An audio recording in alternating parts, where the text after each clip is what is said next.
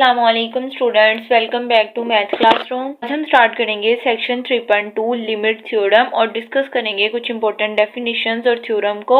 हमारे पास डेफिनेशन 3.2.1 क्या है, बाउंडेड सीक्वेंस की। हमने पहले बाउंडेड, अनबाउंडेड, कन्वर्जेंट, डाइवर्जेंट ये सारी डेफिनेशंस पढ़ी हुई हैं। अब हम देखेंगे कि सीक्वेंस जो है वो कब बाउंडेड कहलाएगा। इसकी डेफिनेशन को डिस्कस करते हैं और नेक्स्ट थ्योरम को सॉल्व करते हैं। A sequence x equals to xn of real number is said to be bounded। कोई भी सीक्वेंस, अगर रियल नंबर का हमारे पास कोई सीक्वेंस है, वो बाउंडेड का तब कहलाएगा अगर ये कंडीशन सेटिस्फाई हो रही हो। If there exist a real number, कि हमें कोई ऐसा रियल नंबर मिल जाए 0 से बड़ा हो और इस कंडीशन को सेटिस्फाई करता हो। अब कंडीशन क्या है, xn less than equals to m, means कि सीक्वेंस की हर टर्म जो है वो उस वैल्यू से छोटी होनी चाहिए। अगर इस तरह का सीक्वेंस, इस तरह की वैल्यू एग्जिस्ट करती है तो हम कहते हैं ये हमारे पास सीक्वेंस जो है ये बाउंडेड सीक्वेंस है। फॉर एग्जांपल, अगर हमारे पास कोई सेट हो, उसमें 1 से लेके 7 तक वैल्यूज हो। अब 7 एक ऐसा नंबर है कि बाकी सेट की सारी टर्म्स उससे लेस हैं, तो हम इसे कहेंगे कि ये बाउंडेड सेट है, बाउंडेड सीक्वेंस है। इस तरह अगर कोई सीक्वेंस हो, उसमें डिफरेंट वैल्यूज हो और ऐसी एक सबसे बड़ी वैल्यू हो कि बाकी सारी वैल्यूज जो हैं वो उससे छोटी हों, तो इस तरह का सीक्वेंस जो है वो बाउंडेड सीक्वेंस कहलाएगा। होप सो आप लोगों को समझ आ गई होगी। अब हम नेक्स्ट थ्योरम को सॉल्व करते हैं।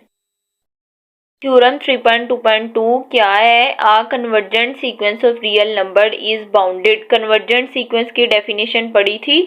अगर किसी सीक्वेंस की लिमिट एग्जिस्ट करती है तो उसको हम कहते हैं कन्वर्जेंट सीक्वेंस। अब हमने क्या प्रूफ करना है कि जो कन्वर्जेंट सीक्वेंस है वो बाउंडेड भी होता है, उसको बाउंडेड शो करवाना है। चलिए इसका प्रूफ स्टार्ट करते हैं। कोई भी हमने सपोज कर लिया है कि हमारे पास एक्सएन सीक्वेंस है, एक्सएन इज कन्वर्जेंट। उन्होंने हमें क्वेश्चन में ही बता दिया कि वो सीक्वेंस कन्वर्जेंट होगा। आपने उसे क्या प्रूफ करना है, बाउंडेड प्रूफ करना है। कन्वर्जेंट तो वो है, बाउंडेड प्रूफ करना है। हमने कोई सीक्वेंस ले लिया है और कह दिया है कि गिवन कंडीशन के मुताबिक वो कन्वर्जेंट है। जब कन्वर्जेंट है मीन्स कि उसकी लिमिट एग्जिस्ट कर रही है, तो हमने खुद से सपोज कर लिया कि उस सीक्वेंस की लिमिट हमारे पास क्या है, एक्स है।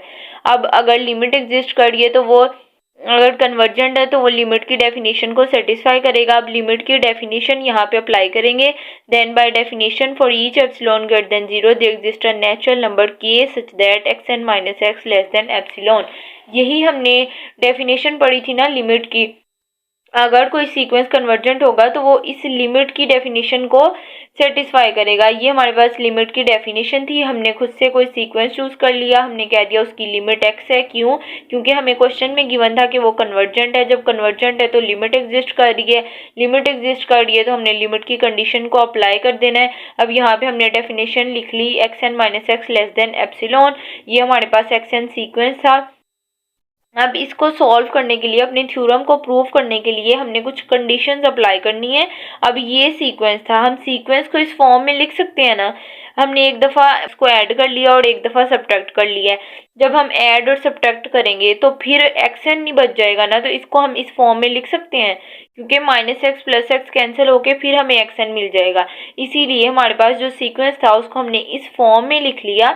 अब मोड है तो यहाँ पे हम कौन सी ट्राइंगुलर इनइक्वालिटी अप्लाई करेंगे। ट्राइंगुलर इनइक्वालिटी के थ्रू इसको ओपन करेंगे। जब इसको ओपन करेंगे तो हमारे पास लेस देन इक्वल का साइन आ जाएगा। हमने पढ़ा था a प्लस बी का मोड अगर हो, अगर उसको ओपन करें तो वो लेस देन इक्वल होता है a mode plus b mode के। हमने वो यहाँ पे प्रॉपर्टी अप्लाई की, इसको ओपन कर दिया तो लेस देन इक्वल आ गया xn minus x plus x. ये चीज बन गई। अब हमें गिवन है, हमें पता है कि जो xn माइनस एक्स है वो किससे लेस है, लेस देन एप्सिलॉन है। उसकी वैल्यू को यहाँ पे रिप्लेस कर देंगे। अब ये चीज़ गिवन थी, इसकी जगह पे ये वैल्यू रिप्लेस कर दी, प्लस मोड ऑफ एक्स ऐसे ही आ गया। अब हमने लेट कर लेना है कि ये हमारे पास कोई नंबर है, ये सीक्वेंस है, हमने लेट कर लिया ये हमारे पास कोई m नंबर है कि सीक्वेंस की हर टर्म इससे छोटी है। ठीक है, अब हमें एक ऐसी टर्म मिल गई है कि सीक्वेंस की सारी टर्म्स जो हैं वो इससे छोटी हैं, तो इसीलिए हमने कह दिया कि हमारे पास जो सीक्वेंस है हेंस सीक्वेंस इज बाउंडेड। और यही चीज़ हमने प्रूव करनी थी। हमें गिवन था कि सीक्वेंस कन्वर्जेंट है। जब वो कन्वर्जेंट है तो लिमिट एग्जिस्ट कर रही है।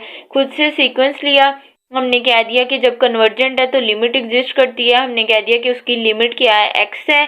लिमिट एग्जिस्ट कर रही है तो लिमिट की डेफिनेशन को अप्लाई किया, ये चीज़ हमें मिल गई। अब सीक्वेंस एक्सन था, हम सीक्वेंस को इस फॉर्म में लिख सकते हैं।